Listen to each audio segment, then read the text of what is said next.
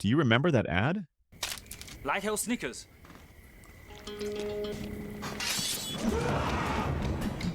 兄弟，怎么样？来劲了 You're not you when you're hungry. Snickers, get some nuts. For over 90 years, the US giant Mars Incorporated has been supplying the world with Snickers, and children have likely been involved in the production process from the very beginning. Not as taste testers, but as child laborers on cocoa plantations in West Africa. The first serious allegations emerged in the early 2000s. A BBC documentary brought the issue to the world's attention. Journalists interviewed Malian child slaves who had been sold to plantations in Ivory Coast. Paid nothing, unable to leave and totally controlled by the farmer. These men are not simply exploited, they are modern-day slaves. Alongside Mars, the US icon Hershey and the Swiss conglomerate Nestlé were the main targets of criticism. They all admitted that things had gone wrong in the past. They solemnly promised to drastically reduce child labor by 2020. Today, in 2026, we know that these promises were little more than PR. The chocolate industry still hasn't gotten the problem under control. In the US, the legal debate over this issue is becoming increasingly heated. But while Europe has already passed strict laws, we in the US are lagging behind. How could that have happened?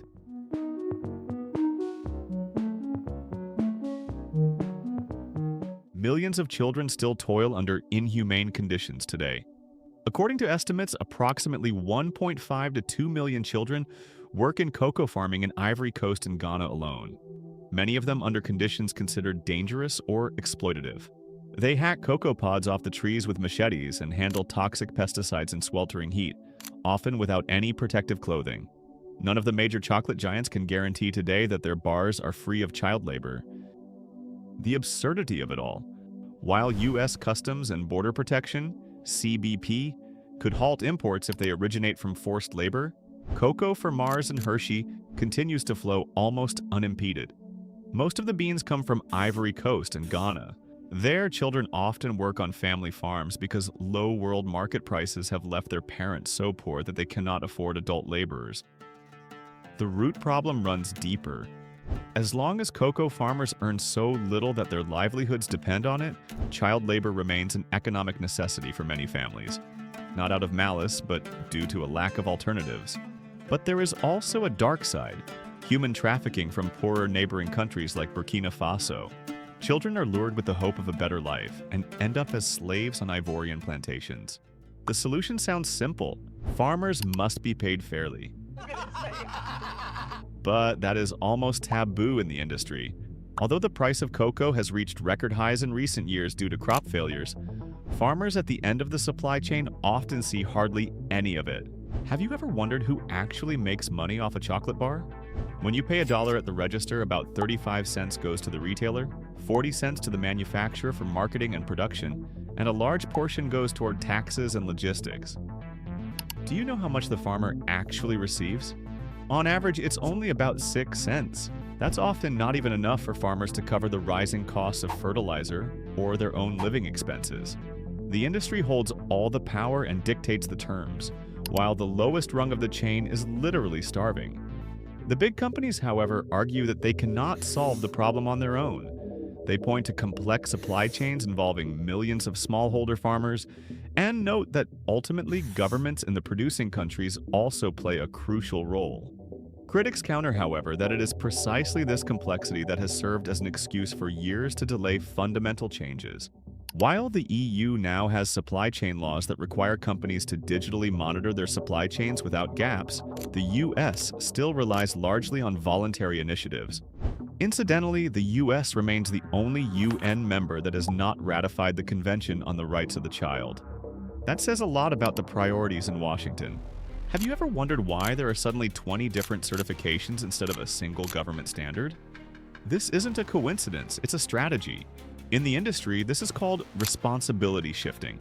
By using labels like Rainforest Alliance, companies like Mars or Hershey buy themselves some leeway from moral responsibility.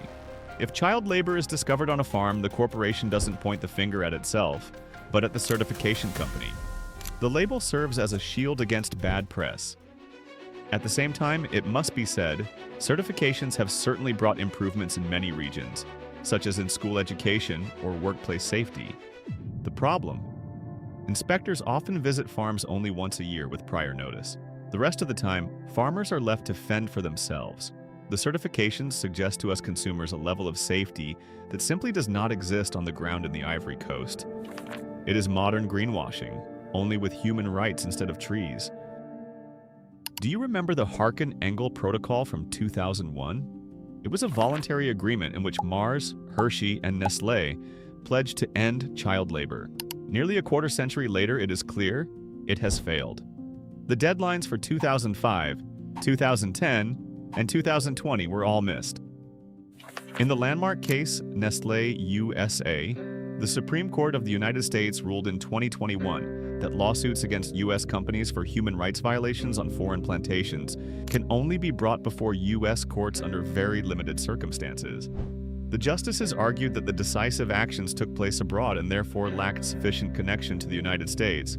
The ruling does not mean that companies bear no responsibility, but it makes it significantly more difficult to hold them legally accountable in the United States for such cases. For those affected, it has thus become much harder to enforce their claims in U.S. courts. Instead of a government seal, we now have a jungle of certifications like Fairtrade or Rainforest Alliance. They are better than nothing, but they do not guarantee freedom from child labor.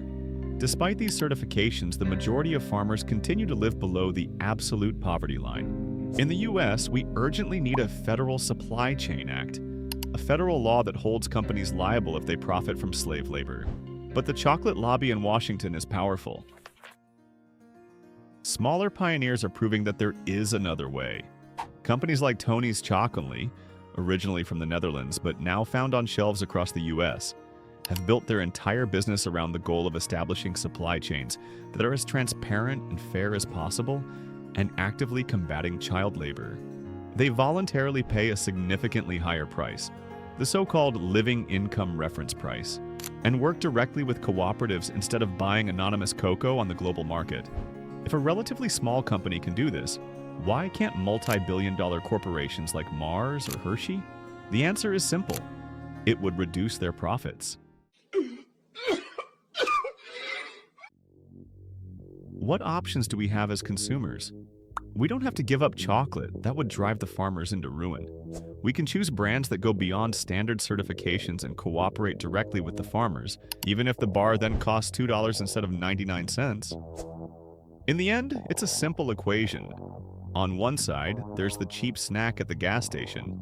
On the other, a child in West Africa sacrificing their childhood for our sugar fix. Companies are trying to shirk their responsibility, and so far, they've succeeded. But as consumers, we have the final say. Try this experiment today. Go to the kitchen, grab your favorite chocolate, and look for a seal or an indication of origin. Try to find out which farm the cocoa comes from. Spoiler: you'll fail with the big brands. Post in the comments which brand you found that's truly transparent. Otherwise, thanks for watching and take care.